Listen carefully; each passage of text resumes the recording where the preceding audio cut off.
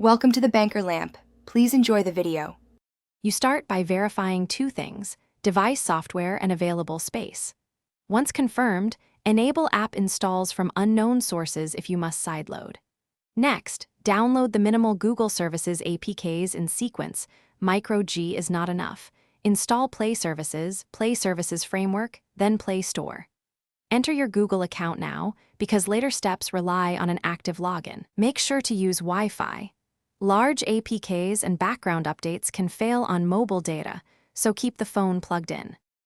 You proceed by installing core packages carefully, because order matters for signature and dependency resolution. First, install Play Services Framework, then Play Services, and finally the Play Store. Reboot after the first two installs to reset services. After each reboot, grant runtime permissions, accounts, contacts, and location, because missing permissions block account sync.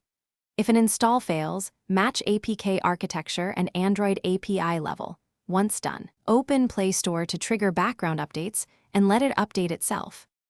You finish by signing into the Play Store and letting sync run. This issues account tokens and refreshes app permissions. Once signed in, open Google Play Services, clear cache and storage if you see authentication errors, then sign in again. If Play Store crashes, toggle airplane mode for 10 seconds and reboot. Simple network resets often resolve token negotiation issues. As a last resort, reinstall the specific APK that fails, or perform a factory reset only after you back up data, because that clears persistent